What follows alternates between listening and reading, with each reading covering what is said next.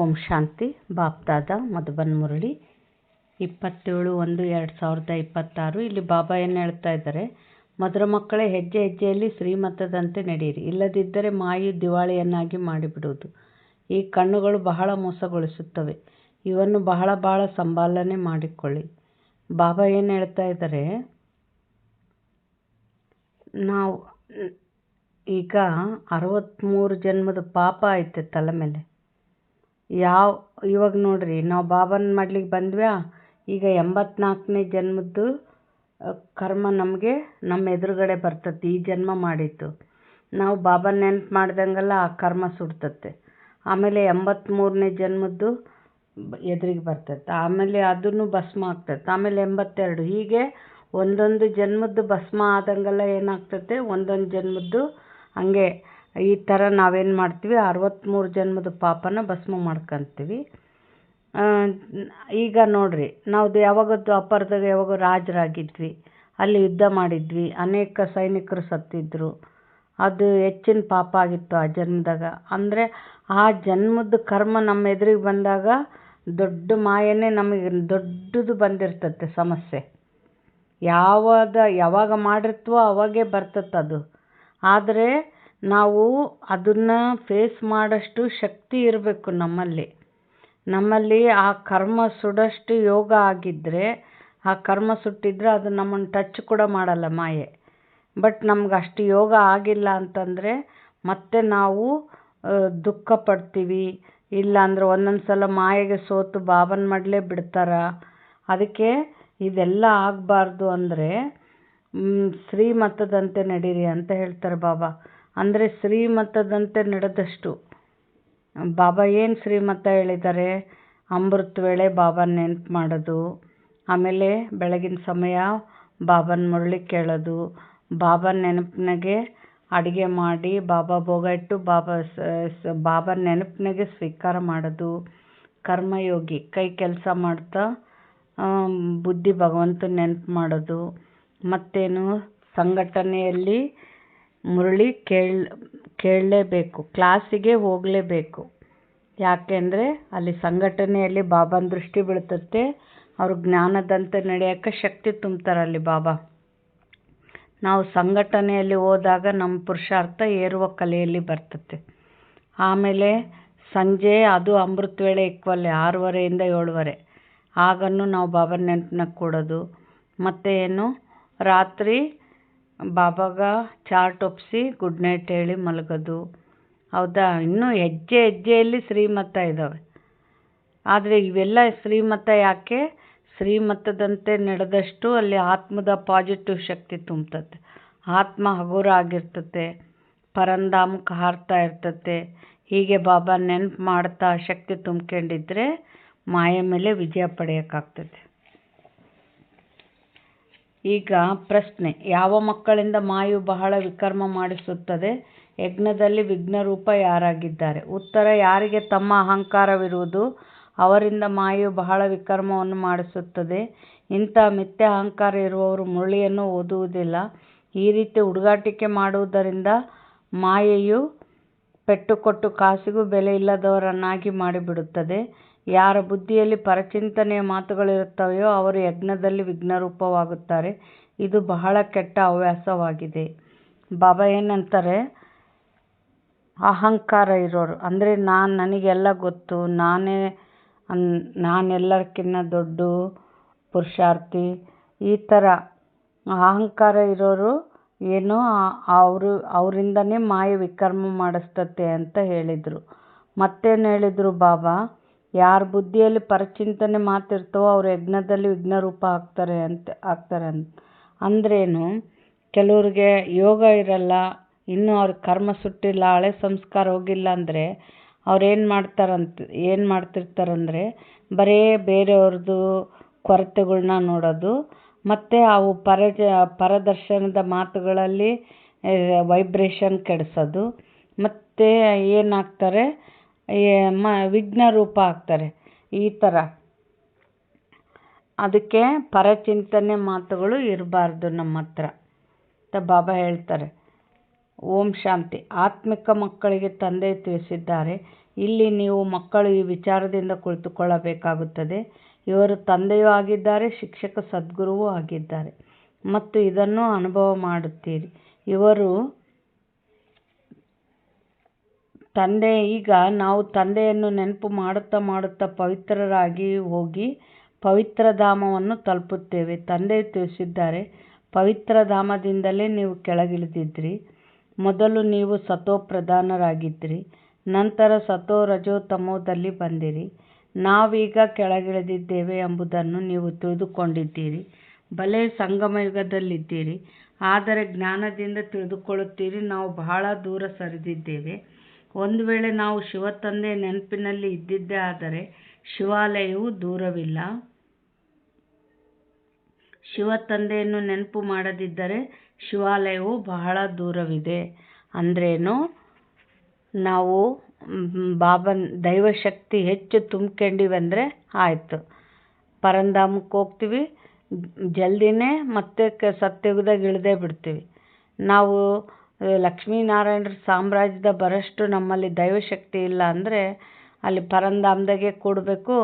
ಮತ್ತು ತ್ರೇತಾಯುಗದಾಗ ನಮ್ಮದು ಎಷ್ಟು ನಮ್ಮ ಪುರುಷಾರ್ಥದ ಅನುಸಾರ ಇಳಿಬೇಕಾಗ್ತೈತಿ. ಹೆಚ್ಚು ದೈವಶಕ್ತಿ ತುಂಬ್ಕೊಂಡಿದ್ರೆ ಆಯಿತು, ಪರಂಧಾಮಕ್ಕೆ ಹೋಗಿ ನೆಕ್ಸ್ಟ್ ಇಳಿದು ಬಿಡೋದೆ. ಬ್ರಹ್ಮ ತಂದೆ ಎಷ್ಟು ದಿವಸ ಇರ್ತಾರೆ ಪರಂಧಾಮದಾಗ? 2 ತಿಂಗಳು ಇರ್ತಾರೆ ಅಷ್ಟೆ. ಬಾಬಾ ಏನು ಹೇಳ್ತಾ ಇದ್ದಾರೆ? ತಂದೆಯು ಮಕ್ಕಳಿಗೆ ಯಾವುದೇ ಹೆಚ್ಚು ಕಷ್ಟವನ್ನು ಕೊಡುವುದಿಲ್ಲ. ಮೊದಲನೇದಾಗಿ ಪದೇ ಪದೇ ಹೇಳುತ್ತಾರೆ, ಮನಸ ವಾಚ ಕರ್ಮಣ ಪವಿತ್ರರಾಗಬೇಕಾಗಿದೆ. ಈ ಕಣ್ಣುಗಳು ಸಹ ಬಹಳ ಮೋಸಗೊಳಿಸುತ್ತವೆ, ಆದ್ದರಿಂದ ಬಹಳ ಎಚ್ಚರಿಕೆಯಿಂದ ನಡೆಯಬೇಕಾಗಿದೆ. ನೋಡ್ರಿ, ಮೋಸಗೊಳಿಸ್ತವಂದ್ರೇನು? ಒಂದು ವಿಕಾರದಲ್ಲಿ ತಂದಾಕ್ತವೆ ನಮ್ಮನ್ನು. ದೇಹದ ಆಕರ್ಷಣೆಗೆ, ರೂಪ ಇರ್ಬೋದು, ರೂಪದಿಂದ ದೇಹದ ಆಕರ್ಷಣೆಗೆ ಹೋಗ್ಬೋದು, ಇಲ್ಲ ದ್ವೇಷ ಅಸೂಯೆಯಲ್ಲಿ ಬರ್ಬೋದು. ಎಲ್ಲ ಪಂಚವಿಕಾರಗಳಲ್ಲಿ ನಮ್ಮನ್ನು ಕರ್ಕೊಂಬರೋದು ಯಾವುದು? ಈ ಕಣ್ಣು. ತಂದೆ ತಿಳಿಸಿದ್ದಾರೆ, ಧ್ಯಾನ ಮತ್ತು ಯೋಗ 2 ಬೇರೆ ಬೇರೆ ಆಗಿದೆ.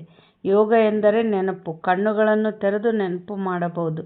ಧ್ಯಾನಕ್ಕೆ ಯೋಗವೆಂದು ಹೇಳಲಾಗುವುದಿಲ್ಲ. ಧ್ಯಾನದಲ್ಲಿ ಹೋಗುತ್ತಾರೆಂದರೆ ಅದಕ್ಕೆ ಜ್ಞಾನವೆಂದಾಗಲಿ ಯೋಗವೆಂದಾಗಲಿ ಹೇಳುವುದಿಲ್ಲ.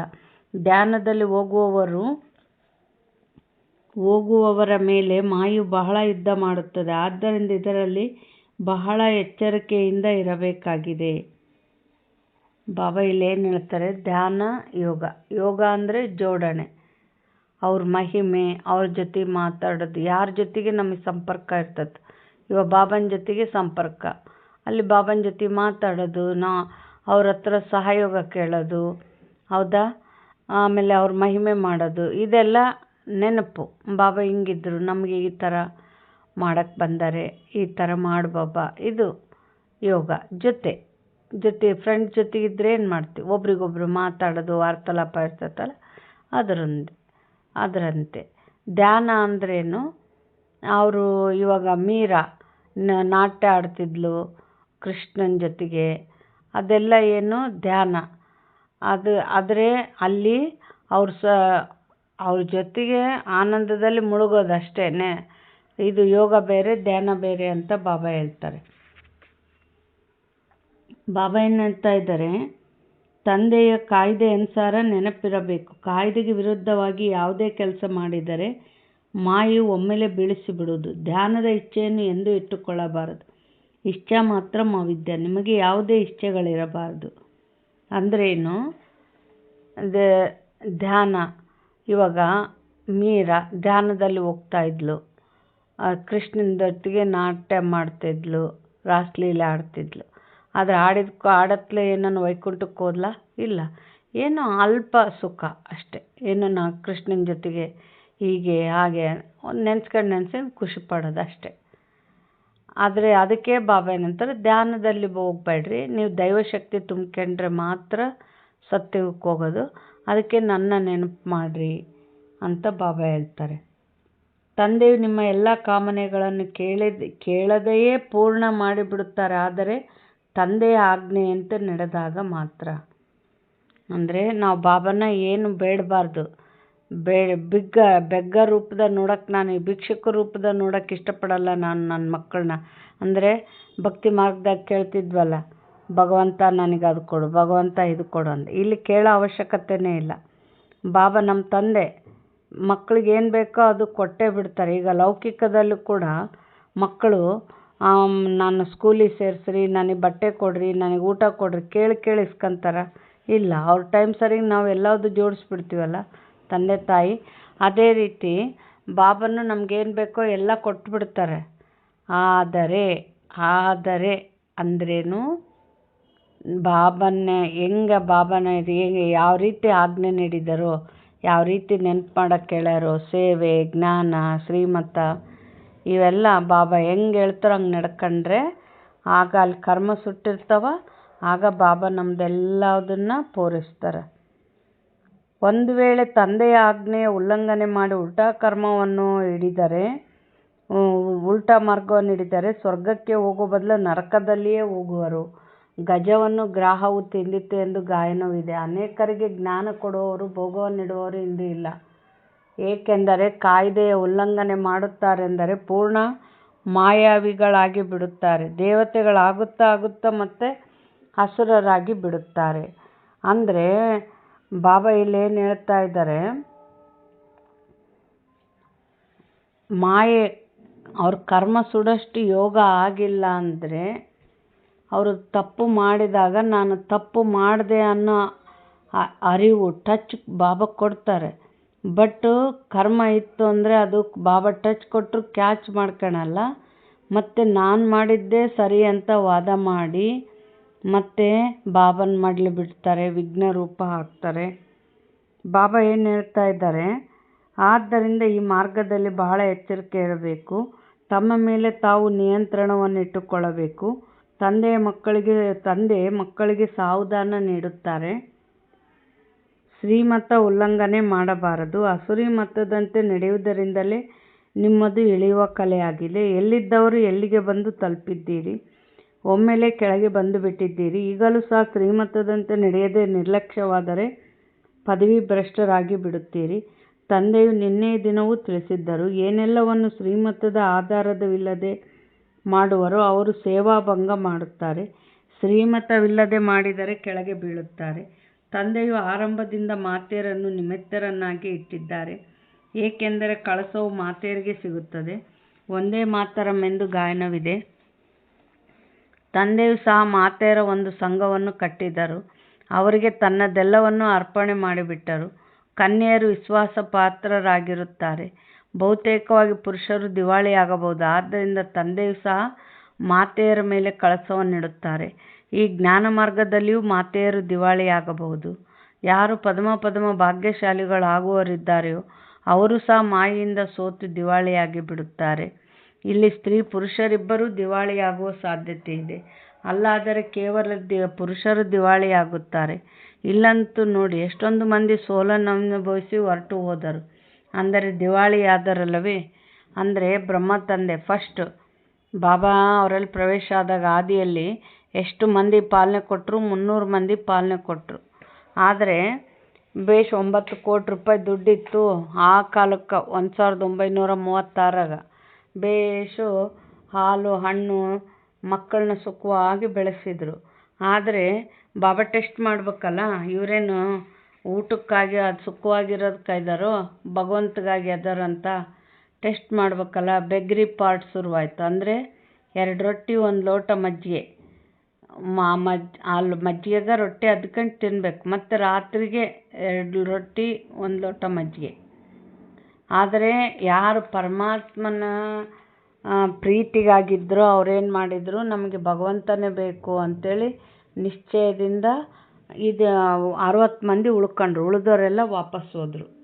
ಅದಕ್ಕೆ ಬಾಬಾ ಅಂತಾರೆ, ಎಂತೆಂಥ ಮಹಾರಥಿಗಳ್ನೂ ಬಾಬಾ ಬಿಡಲ್ಲ ಅಂತ ಬಾಬಾ ಎಂತೆಂಥ ಮಹಾರಥಿಗಳ್ನೂ ಮಾಯೆ ಬಿಡಲ್ಲ ಅಂತ ಬಾಬಾ ಹೇಳ್ತಾರೆ. ತಂದೆ ಕುಳಿತು ತಿಳಿಸುತ್ತಾರೆ, ಭಾರತವಾಸಿಗಳು ಪೂರ್ಣ ದಿವಾಳಿಯಾಗಿದ್ದಾರೆ. ಮಾಯೆಯು ಪ್ರಬಲವಾಗಿದೆ. ನಾವು ಹೇಗಿದ್ದೆವು ಎಂಬುದು ಅರ್ಥವಾಗುವುದೇ ಇಲ್ಲ. ಮೇಲಿಂದ ಕೆಳಗೆ ಒಮ್ಮೆಲೆ ಬೀಳುತ್ತಾರೆ. ಇಲ್ಲಿಯೂ ಸಹ ಶ್ರೇಷ್ಠ ವಿದ್ಯೆಯನ್ನು ಓದುತ್ತಾ ಮತ್ತೆ ಶ್ರೀಮತವನ್ನು ಮರೆತು ತನ್ನ ಮತದಂತೆ ನಡೆದರೆ ದಿವಾಳಿಯಾಗುತ್ತಾರೆ. ಅಂದಾಗ ಅಂಥವರ ಸ್ಥಿತಿ ಏನಾಗಬಹುದು? ಆ ಮನುಷ್ಯರಂತೂ ದಿವಾಳಿಯಾದರೆ ಮತ್ತೆ 5-7 ವರ್ಷಗಳ ನಂತರ ಎದ್ದು ನಿಲ್ಲುತ್ತಾರೆ. ಆದರೆ ಇಲ್ಲಿ 21 ಜನ್ಮಗಳಿಗಾಗಿ ದಿವಾಳಿಯಾಗುತ್ತಾರೆ. ಮತ್ತೆ ಶ್ರೇಷ್ಠ ಪದವಿಯನ್ನು ಪಡೆಯಲು ಸಾಧ್ಯವಿಲ್ಲ. ಏನು ಹೇಳಿದರು ಬಾಬಾ? ಶ್ರೀಮತ ಬಿಟ್ಟು ಮನಮತದಂತೆ ನಡೆದ್ರೆ ಏನಾಗ್ತತೆ? 21 ಜನ್ಮ ದಿವಾಳಿ ಅಂದ್ರೇನು? ಅಲ್ಲಿ ಚಾಂಡಾಲ್ ಪದವಿ ಸಿಗ್ತತೆ. ಉಲ್ಟಾ ಕರ್ಮ ಮಾಡಿದ್ವಿ, ಬಾಬಾನ ಹೆಸರು ಕೆಡಿಸಿವಿ ಅಂದರೆ. ಬಾಬಾ ಏನಂತಾರೆ, ಎಷ್ಟೊಂದು ಮಹಾರಥಿಗಳು ಅನ್ಯರನ್ನು ಮೇಲೆತ್ತುತ್ತಿದ್ದರು, ಆದರೆ ಅವರು ಹಿಂದೆ ಇಲ್ಲ. ಇಲ್ಲಿ ಶ್ರೇಷ್ಠ ಪದವಿ ಅಂತೂ ಬಹಳಷ್ಟಿದೆ, ಆದರೆ ಎಚ್ಚರಿಕೆಯಿಂದ ಇರಲಿಲ್ಲವೆಂದರೆ ಮೇಲಿನಿಂದ ಕೆಳಗೆ ಬೀಳುತ್ತೀರಿ. ಮಾಯೆಯು ನುಂಗಿಬಿಡುತ್ತದೆ. ಮಕ್ಕಳು ಬಹಳ ಎಚ್ಚರಿಕೆಯಿಂದ ಇರಬೇಕಾಗಿದೆ. ತನ್ನ ಮತದಂತೆ ಸಂಘಗಳನ್ನು ಕಟ್ಟುವುದರಲ್ಲಿ ಏನೂ ಲಾಭವಿಲ್ಲ. ತಂದೆಯೊಂದಿಗೆ ಬುದ್ಧಿಯೋಗವನ್ನಿಡಿ. ಇದರಿಂದಲೇ ಸತೋಪ್ರಧಾನರಾಗಬೇಕಾಗಿದೆ. ತಂದೆಯವರಾಗಿಯೂ ತಂದೆಯೊಂದಿಗೆ ಯೋಗವನ್ನಿಡುವುದಿಲ್ಲ. ಶ್ರೀಮತದ ಉಲ್ಲಂಘನೆ ಮಾಡುತ್ತಾರೆಂದಲೇ ಒಮ್ಮೆಲೆ ಕೆಳಗೆ ಬೀಳುತ್ತಾರೆ. ಸಂಬಂಧವೇ ತುಂಡಾಗುತ್ತದೆ. ಬುದ್ಧಿಯೋಗವು ತುಂಡಾದರೆ ಪರಿಶೀಲನೆ ಮಾಡಿಕೊಳ್ಳಬೇಕು. ನಮಗೆ ಮಾಯೆ ಇಷ್ಟೊಂದು ತೊಂದರೆಯನ್ನೇ ಏಕೆ ಮಾಡುತ್ತಿದೆ? ಪ್ರಯತ್ನಪಟ್ಟು ಮತ್ತೆ ತಂದೆಯ ಜೊತೆ ಬುದ್ಧಿಯೋಗವನ್ನು ಜೋಡಿಸಬೇಕು. ಬಾಬಾ ಏನು ಹೇಳಿದರು? ನಾವೇನಾದರೂ ಸ್ವಲ್ಪ ತಪ್ಪು ಮಾಡಿವಂದ್ರೆ ಆಗಲೇ ಅಲ್ಲಿ ನಮ್ಗೆ ಯೋಗ ಹಿಡಿತಿರಲ್ಲ. ಯೋಗ ಹಿಡಿತಿಲ್ಲ ಅಂದರೆ ನಾನು ಏನು ತಪ್ಪು ಮಾಡೀನಿ ಅಂತೇಳಿ ಚೆಕ್ ಮಾಡ್ಕೋಬೇಕು. ಅದನ್ನು ತಿದ್ದಿಕೊಂಡು ಮತ್ತೆ ಮುಂದುವರಿಬೇಕು. ಬಾಬಾ ಏನು ಹೇಳ್ತಾ ಇದ್ದಾರೆ? ಇಲ್ಲವೆಂದರೆ ಬ್ಯಾಟರಿಯು ಹೇಗೆ ಚಾರ್ಜ್ ಆಗುವುದು? ವಿಕರ್ಮಗಳನ್ನು ಮಾಡುವುದರಿಂದ ಬ್ಯಾಟರಿಯು ಡಿಸ್ಚಾರ್ಜ್ ಆಗಿಬಿಡುತ್ತದೆ. ಮೇಲೇರುತ್ತಾ ಏರುತ್ತಾ ಕೆಳಗೆ ಬೀಳುತ್ತಾರೆ. ನಿಮಗೆ ತಿಳಿದಿದೆ, ಇಂಥವರು ಕೆಲವರಿದ್ದಾರೆ. ಆರಂಭದಲ್ಲಿ ಅನೇಕರು ಬಂದು ತಂದೆಯ ಮಕ್ಕಳಾದರು, ಬಟ್ಟಿಯಲ್ಲಿದ್ದರು, ಆದರೆ ಇಂದು ಎಲ್ಲಿದ್ದಾರೆ? ಬಿದ್ದು ಹೋದರು. ಏಕೆಂದರೆ ಹಳೆಯ ಪ್ರಪಂಚವು ನೆನಪಿಗೆ ಬಂದಿತ್ತು. ವಿಕರ್ಮಗಳನ್ನು ಮಾಡುವುದರಿಂದ ಬ್ಯಾಟರಿಯು ಡಿಸ್ಚಾರ್ಜ್ ಆಗಿಬಿಡುತ್ತದೆ. ಮೇಲೇರುತ್ತಾ ಏರುತ್ತಾ ಕೆಳಗೆ ಬೀಳುತ್ತಾರೆ. ನಿಮಗೆ ತಿಳಿದಿದೆ, ಇಂಥವರು ಕೆಲವರಿದ್ದಾರೆ. ಆರಂಭದಲ್ಲಿ ಅನೇಕರು ಬಂದು ತಂದೆಯ ಮಕ್ಕಳಾದರು, ಬಟ್ಟಿಯಲ್ಲಿದ್ದರು, ಆದರೆ ಇಂದು ಎಲ್ಲಿದ್ದಾರೆ? ಬಾಬಾ ಏನು ಹೇಳ್ತಾ ಇದ್ದಾರೆ? ಈ ಹಳೆಯ ಪತಿತ ಪ್ರಪಂಚದೊಂದಿಗೆ ಮನಸ್ಸನ್ನು ಇಡಬೇಡಿ. ಸ್ವರ್ಗದೊಂದಿಗೆ ನಿಮ್ಮ ಮನಸ್ಸನ್ನಿಡಿ. ಇದರಲ್ಲಿ ಪರಿಶ್ರಮವಿದೆ. ಒಂದು ವೇಳೆ ಈ ಲಕ್ಷ್ಮೀನಾರಾಯಣರಂತೆ ಆಗಲು ಇಚ್ಛಿಸುತ್ತೀರಿ ಎಂದರೆ ಪರಿಶ್ರಮ ಪಡಬೇಕಾಗುವುದು. ಬುದ್ಧಿಯೋಗವು ಒಬ್ಬ ತಂದೆಯ ಜೊತೆ ಇರಲಿ. ಹಳೆಯ ಪ್ರಪಂಚದೊಂದಿಗೆ ವೈರಾಗ್ಯವಿರಲಿ. ಹಳೆಯ ಪ್ರಪಂಚವು ಮರೆತು ಹೋಗುವುದಂತೂ ಸರಿ, ಆದರೆ ನಂತರ ಏನನ್ನು ನೆನಪು ಮಾಡುವುದು? ಶಾಂತಿಧಾಮ, ಸುಖಧಾಮವನ್ನು ನೆನಪು ಮಾಡುವುದು. ಎಷ್ಟು ಸಾಧ್ಯವೋ ಹೇಳುತ್ತಾ, ಕುಳಿತುಕೊಳ್ಳುತ್ತಾ, ನಡೆಯುತ್ತಾ, ತಿರುಗಾಡುತ್ತಾ ತಂದೆಯನ್ನು ನೆನಪು ಮಾಡಿ. ಬಾಬಾ ಏನಂದ್ರು? ಶಾಂತಿಧಾಮ, ಸುಖಧಾಮ ಅಂದ್ರೇನು? ಪರಂಧಾಮ, ಸತ್ಯಯುಗ. ಅದನ್ನ ನೆನಪು ಮಾಡೋದು ಅಂದ್ರೇನು? ಪರಂಧಾಮ. ಪಾವನ ಆಗದ ಹೊರತು ವಾಪಸ್ ಹೋಗಂಗಿಲ್ಲ. ಮತ್ತು ಪಾಪ ಉಳಿತಂದ್ರೆ ಶಿಕ್ಷೆ ಭೋಗಿಸಿ ಹೋಗ್ಬೇಕಾಗ್ತತೆ. ಅದಕ್ಕೆ ನಾನು ಸಂಪೂರ್ಣ ಪಾವನ ಆಗಬೇಕು ಅನ್ನೋದ್ರ ಕಡೆ ಬುದ್ಧಿ ಇಡಬೇಕು. ಸತ್ಯಯುಗ ಅಂದ್ರೇನು? ಅಲ್ಲಿ ಶ್ರೇಷ್ಠ ಪದವಿ ಪಡಿಬೇಕು. ಆದಿಯಲ್ಲಿ ಲಕ್ಷ್ಮೀನಾರಾಯಣರ ಪಟ್ಟಾಭಿಷೇಕದ ನಾವಿರಬೇಕು. ಸಂಪೂರ್ಣ ಆಸ್ತಿ ಪಡಿಬೇಕು. ಅದ್ರ ಕಡೆ ಗಮನ ಇರಬೇಕು. ಬಾಬಾ ಇಲ್ಲಿ ಏನು ಹೇಳ್ತಾ ಇದ್ದಾರೆ? ನಡೆಯುತ್ತಾ, ತಿರುಗಾಡುತ್ತಾ ತಂದೆಯನ್ನು ನೆನಪು ಮಾಡಿ. ಬೇಹದ್ದಿನ ಸುಖದ ಸ್ವರ್ಗವನ್ನು ನೆನಪು ಮಾಡಿ. ಇದಂತೂ ಬಹಳ ಸಹಜವಾಗಿದೆ. ಒಂದು ವೇಳೆ ಇವೆರಡೂ ಆಸೆಗಳಿಗೆ ವಿರುದ್ಧವಾಗಿ ನಡೆಯುತ್ತೀರಿ ಎಂದರೆ ಪದವಿ ಭ್ರಷ್ಟರಾಗುತ್ತೀರಿ. ನೀವಿಲ್ಲಿಗೆ ಬಂದಿರುವುದೇ ನರನಿಂದ ನಾರಾಯಣರಾಗಲು, ತಮೋಪ್ರಧಾನರಿಂದ ಸತೋಪ್ರಧಾನರಾಗಬೇಕು. ಏಕೆಂದರೆ ಈಗ ಹಿಂತಿರುಗಿ ಹೋಗಬೇಕೆಂದು ಎಲ್ಲರಿಗೆ ಹೇಳುತ್ತೀರಿ. ವಿಶ್ವದ ಚರಿತ್ರೆ ಭೂಗೋಳವು ಪುನರಾವರ್ತನೆ ಎಂದರೆ ಅರ್ಥ ನರಕದಿಂದ ಸ್ವರ್ಗ ಮತ್ತು ಸ್ವರ್ಗದಿಂದ ನರಕ. ಈ ಚಕ್ರವು ಸುತ್ತುತ್ತಲೇ ಇರುತ್ತದೆ. ತಂದೆ ಹೇಳಿದ್ದಾರೆ, ಇಲ್ಲಿ ಸ್ವದರ್ಶನ ಚಕ್ರಧಾರಿಯಾಗಿ ಕುಳಿತುಕೊಳ್ಳಿ. ಇದೇ ನೆನಪಿನಲ್ಲಿರಿ. ನಾನು ಎಷ್ಟು ಬಾರಿ ಚಕ್ರವನ್ನು ಸುತ್ತಿದ್ದೇನೆ. ನಾನು ಸ್ವದರ್ಶನ ಚಕ್ರಧಾರಿಯಾಗಿದ್ದೇನೆ. ಈಗ ಪುನಃ ದೇವತೆಯಾಗುತ್ತೇನೆ. ಪ್ರಪಂಚದಲ್ಲಿ ಯಾರೂ ಈ ರಹಸ್ಯವನ್ನು ಅರಿತುಕೊಂಡಿಲ್ಲ. ಈ ಜ್ಞಾನವನ್ನಂತೂ ದೇವತೆಗಳಿಗೆ ತಿಳಿಸಬೇಕಾಗಿಲ್ಲ. ಅವರು ಮೊದಲೇ ಪವಿತ್ರರಾಗಿದ್ದಾರೆ. ಶಂಖವನ್ನು ಊದಲು ಅವರಲ್ಲಿ ಜ್ಞಾನವೇ ಇಲ್ಲ. ಪವಿತ್ರರೂ ಆಗಿದ್ದಾರೆ. ಆದ್ದರಿಂದ ಅವರಿಗೆ ಶಂಖುವಿನ ಅಲಂಕಾರವನ್ನು ತೋರಿಸುವ ಅವಶ್ಯಕತೆ ಇಲ್ಲ. ಯಾವಾಗ ಇಬ್ಬರು ಒಟ್ಟಿಗೆ ಚತುರ್ಭುಜನಾಗುವರೋ ಆಗ ಈ ಅಲಂಕಾರವಿರುತ್ತದೆ. ನಿಮಗೂ ಸಹ ಇಲ್ಲಿ ಬಾಬಾ ಏನು ಹೇಳ್ತಾ ಇದ್ದಾರೆ?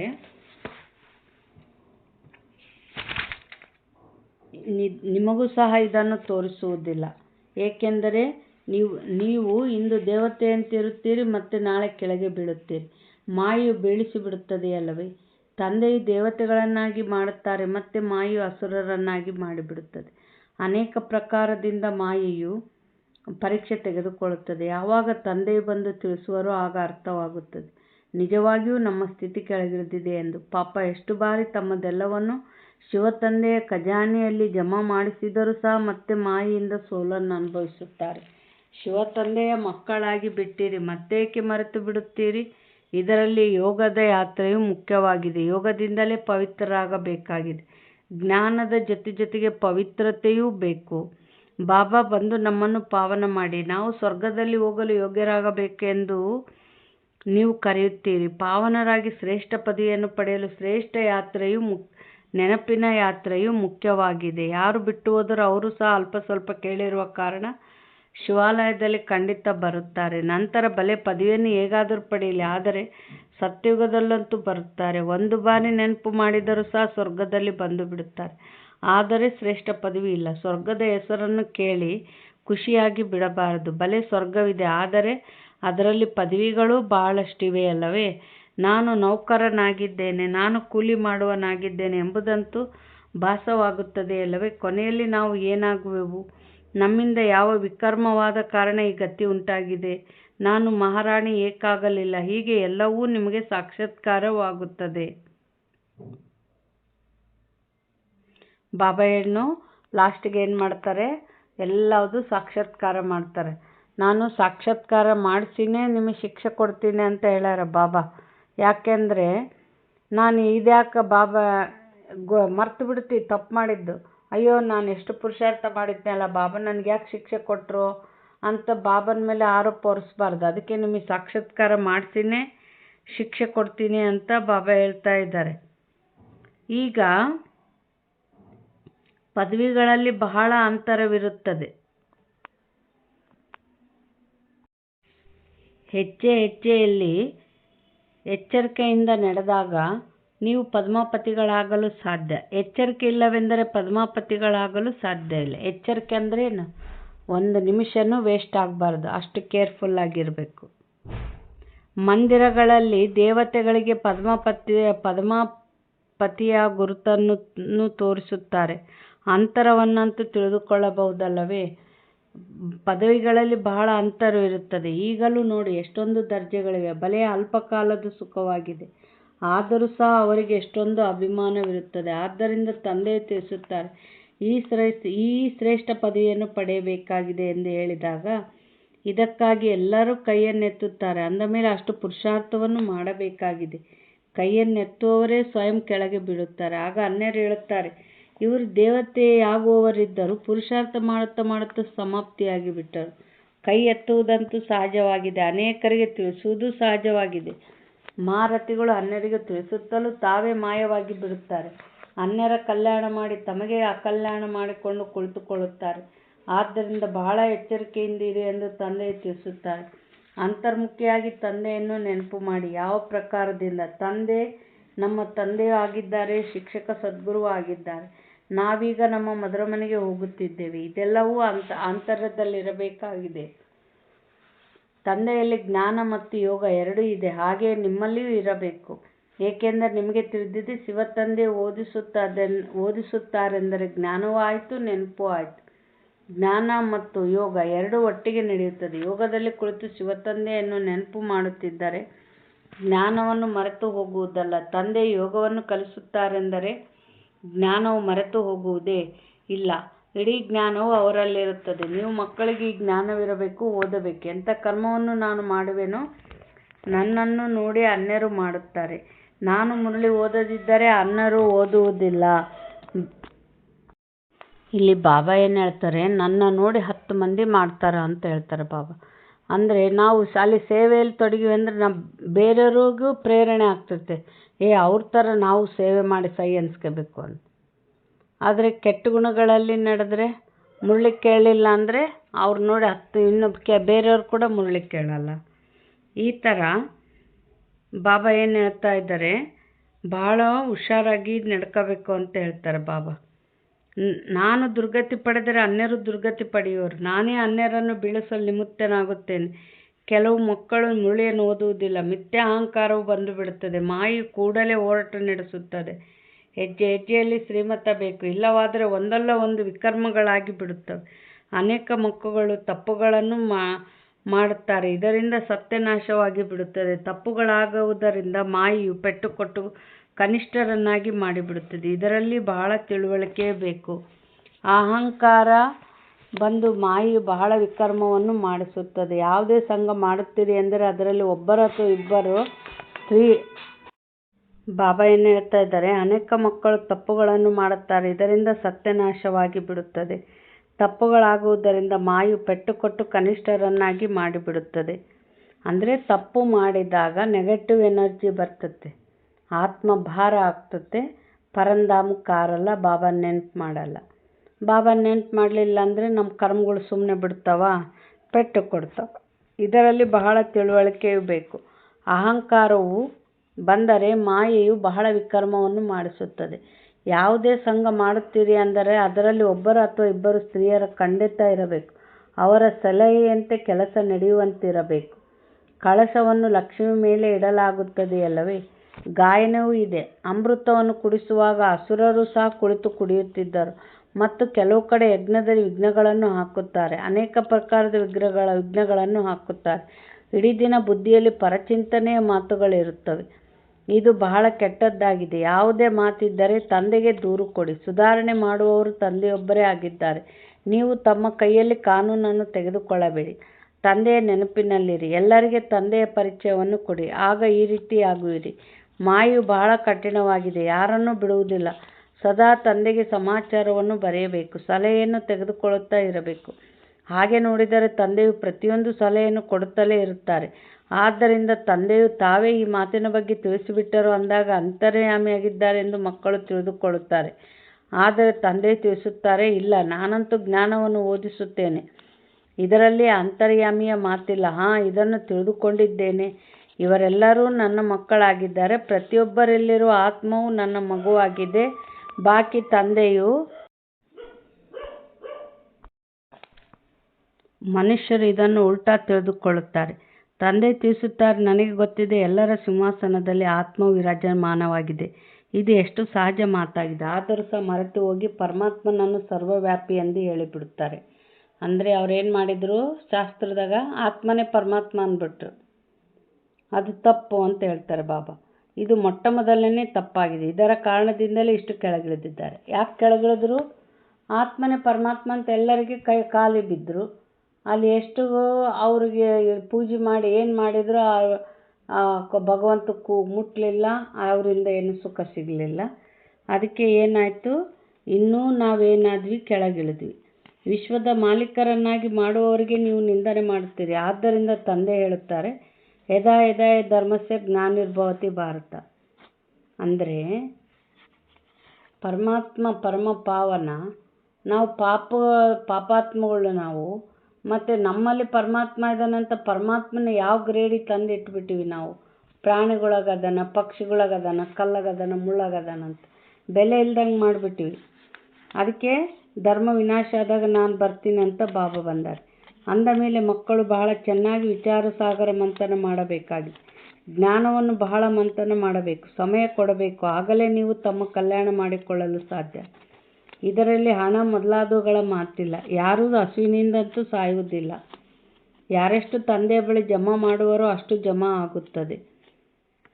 ಬಾಬಾ ಏನು ಹೇಳ್ತಾ ಇದ್ದಾರೆ, ಯಾರೂ ಹಸುವಿನಿಂದ ಸಾಯಲ್ಲ. ಅಂದರೆ ಕೆಲವರು ಬ್ರಹ್ಮ ತಂದೆ ನೋಡ್ರಿ, ಒಂದು ಪೈಸೆ ಉಳಿಸ್ಕೊಂಡಂಗೆ ಬಾಬಾಗೆ ದಾನ ಮಾಡಿದ್ರು. ಏನಾದರೂ ಮತ್ತೆ ಹಣದ ಕೊರತೆ ಬಂತ ಅವ್ರಿಗೆ? ಇಲ್ಲ. ಭಗವಂತನ ಯಜ್ಞದಲ್ಲಿ ನಾವು ಧನ ಸೇವೆ ಮಾಡಿದಷ್ಟು ನಮಗೆ ಭಂಡಾರ ಭರ್ಪೂರು. ನಮಗೆ ಬಾಬಾ ಹಂಗೆ ತುಂಬಿ ಕೊಡ್ತಾ ಇರ್ತಾರೆ. ಅದನ್ನ ಅನುಭವ ಮಾಡಬೇಕು. ಇವಾಗ ಸತ್ಯಯುಗದಾಗ ನಮ್ಗೆ ಎಲ್ಲ ಇರ್ತೈತೆ, ಆದರೆ ಭಗವಂತನಿಂದ ಪಡೆದಿವಿ ಅನ್ನೋ ಸುಖ ಇರಲ್ಲ. ಇಲ್ಲಿ ಎಲ್ಲವುದು ಅನುಭವ ಮಾಡಬೇಕು. ಯಾವ ರೀತಿ ನಾವು ಬಾಬಾಗೆ ಧನ ಸೇವೆ ಮಾಡಿದಷ್ಟು ಅದು ಬೇರೆದ್ರಲ್ಲಿ ಬಾಬಾ ಉಳಿಸ್ತಿರ್ತಾರೆ. ಆಸ್ಪತ್ರೆಗೆ ಖರ್ಚಾಗೋದು, ಇನ್ನೊಂದು ಮತ್ತೊಂದರಲ್ಲಿ, ಅದೆಲ್ಲ ಅನುಭವ ಮಾಡಬೇಕು. ಬಾಬಾ ಏನು ಹೇಳ್ತಾ ಇದ್ದಾರೆ, ಜ್ಞಾನ ಮತ್ತು ಭಕ್ತಿಯ ನಂತರ ವೈರಾಗ್ಯ. ವೈರಾಗ್ಯವೆಂದರೆ ಎಲ್ಲವನ್ನೂ ಮರೆಯಬೇಕಾಗುತ್ತದೆ, ತನ್ನನ್ನು ಭಿನ್ನ ಎಂದು ಮಾಡಿಕೊಳ್ಳಬೇಕು. ಶರೀರದಿಂದ ನಾನಾತ್ಮ ಈಗ ಹೋಗುತ್ತಿದ್ದೇನೆ. ಬಾಬಾ ಏನಂದರು, ಭಿನ್ನ ಮಾಡ್ಕೋಬೇಕು. ವೈರಾಗ್ಯ ಅಂದ್ರೇನು, ಎಲ್ಲರ ಜೊತೆಗೆ ಇರೋದೇ, ಬಟ್ ಬುದ್ಧಿಯಿಂದ ನಾನಾತ್ಮ. ಆತ್ಮಕ್ಕೆ ಯಾರು ಸಂಬಂಧಗಳಿಲ್ಲ, ತಂದೆ ಇಲ್ಲ, ತಾಯಿ ಇಲ್ಲ, ಪತಿ ಇಲ್ಲ, ಯಾರಿಲ್ಲ. ಈ ಥರ ನಾನಾತ್ಮ, ನನ್ನ ತಂದೆ ಪರಮಾತ್ಮ, ನನಗಿರೋದು ಪರಮಾತ್ಮ ಒಬ್ಬತ್ತೆ, ಇನ್ನು ಯಾರೂ ಇಲ್ಲ. ಈ ಥರ ಬೇಹದ್ದಿನ ವೈರಾಗ್ಯ ಆಗ್ಬೇಕಂತಾರೆ ಬಾಬಾ. ಒಳ್ಳೆಯದು. ಮಧುರಾತಿ ಮಧುರ ಆಗಲಿ ಹೋಗಿ ಮರಳಿ ಸಿಕ್ಕಿರುವ ಮಕ್ಕಳ ಪ್ರತಿ ಮಾತ್ಪಿತ ಬಾಪ್ತಾದರವರ ನೆನಪು, ಪ್ರೀತಿ ಹಾಗೂ ಸುಪ್ರಭಾತ. ಆತ್ಮಿಕ ತಂದೆಯಿಂದ ಆತ್ಮಿಕ ಮಕ್ಕಳಿಗೆ ನಮಸ್ತೆ, ಆತ್ಮಿಕ ಮಕ್ಕಳಿಂದ ಆತ್ಮಿಕ ತಂದೆ ತಾಯಿಗೆ ನೆನಪು, ಪ್ರೀತಿ ಹಾಗೂ ಸುಪ್ರಭಾತ. ನಮಸ್ತೆ ನಮಸ್ತೆ ನಮಸ್ತೆ. ಧಾರಣೆಗಾಗಿ ಮುಖ್ಯ ಸಾರ. ತನ್ನ ಮೇಲೆ ಬಹಳ ನಿಯಂತ್ರಣವನ್ನು ಇಟ್ಟುಕೊಳ್ಳಬೇಕಾಗಿದೆ. ಶ್ರೀಮತದಲ್ಲಿ ಎಂದೂ ನಿರ್ಲಕ್ಷ್ಯ ತೋರಬಾರದು. ಬಹಳ ಎಚ್ಚರಿಕೆಯಿಂದಿರಬೇಕಾಗಿದೆ. ಎಂದು ಯಾವುದೇ ಕಾಯಿದೆಯ ಉಲ್ಲಂಘನೆ ಮಾಡಬಾರದು. ಬಾಬಾ ಏನಂದ್ರು, ತಮ್ಮ ಮೇಲೆ ಕಂಟ್ರೋಲಿಂಗ್ ಪವರ್ ಇರಲಿ ಅಂತಾರೆ ಬಾಬಾ. ಮನಸ್ಸಿಗೆ ಬಂದಂತೆ ಮಾಡೋದಲ್ಲ. ಅಂದರೆ ಅಮೃತ ವೇಳೆ ನಿದ್ದೆ ಬರ್ತತೆ, ಬೇಡ ನಾಳೆ ಎದ್ದೋಳನು, ಆದರೆ ಎದ್ದೋಳೋದು, ಆಗಲಿದ್ರಿಲ್ಲ, ಇವೆಲ್ಲ ಏನು ಮನಸ್ಸಿಗೆ ಬಂದಂತೆ ಮಾಡೋದು. ಅದಕ್ಕೆ ತಮ್ಮ ಮೇಲೆ ತಾವು ನಿಯಂತ್ರಣ ಇಟ್ಕೊಳ್ರಿ ಅಂತ ಹೇಳ್ತಾರೆ ಬಾಬಾ. ಅಂತರ್ಮುಖಿಯಾಗಿ ಒಬ್ಬ ತಂದೆಯೊಂದಿಗೆ ಬುದ್ಧಿಯೋಗವನ್ನು ಜೋಡಿಸಬೇಕಾಗಿದೆ. ಈ ಪತಿತ ಹಳೆಯ ಪ್ರಪಂಚದಿಂದ ಬೇಹದ್ದಿನ ವೈರಾಗ್ಯವನ್ನಿಡಬೇಕಾಗಿದೆ. ಬುದ್ಧಿಯಲ್ಲಿರಲಿ, ಯಾವ ಕರ್ಮವನ್ನು ನಾನು ಮಾಡುತ್ತೇನೆಯೋ ನನ್ನನ್ನು ನೋಡಿ ಎಲ್ಲರೂ ಮಾಡುತ್ತಾರೆ.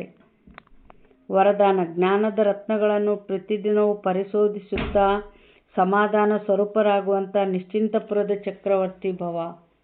ಯಾವ ಜ್ಞಾನ ರತ್ನಗಳು ಡೈರಿಯಲ್ಲಿ ಅಥವಾ ಬುದ್ಧಿಯಲ್ಲಿರುತ್ತದೆಯೋ ಅದನ್ನು ಪ್ರತಿನಿತ್ಯ ಪರಿಶೋಧಿಸಿರಿ, ಹಾಗೂ ಅದನ್ನು ಅನುಭವದಲ್ಲಿ ತಂದುಕೊಳ್ಳುತ್ತೀರಿ ಎಂದರೆ ಯಾವುದೇ ಪ್ರಕಾರದ ಸಮಸ್ಯೆಯೂ ಸಹ ಸಹಜವಾಗಿ ಪರಿಹರಿಸಬಹುದು.